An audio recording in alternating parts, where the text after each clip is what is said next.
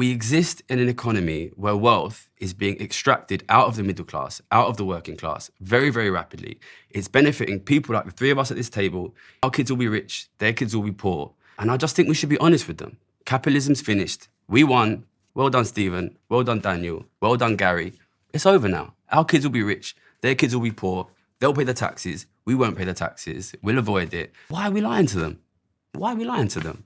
Yeah, I think that's an overly simplified view of things. It's an overly simplified view of things that has made me a multimillionaire. Yeah, well, look, entrepreneurs take bets on the economy as well. We take bets differently. When we start a company, we're betting on how the economy would be. Do you think the average British and American worker at the 50th percentile, do you think their kids will be richer than they are?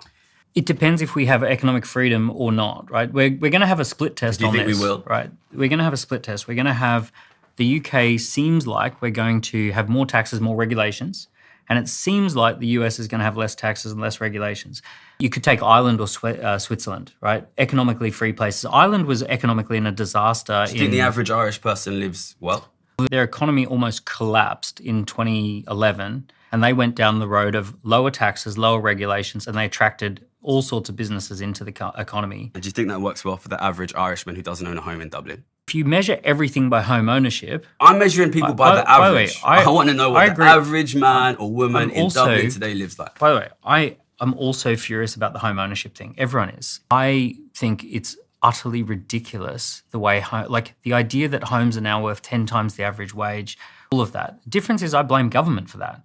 I blame high taxes where because of high taxes, they can take out more debt. They can then inflate the economy. So do you think if we shrink the government, if we start to slash government spending, do you think that will improve living conditions? Well, the UK government is 45% of the economy. That's a huge government. It's so do you think US living conditions will increase in the next few years because we have a US government now that's planning to slash the US government? Well, that's what the US voters have asked for. Do you think it will improve living conditions?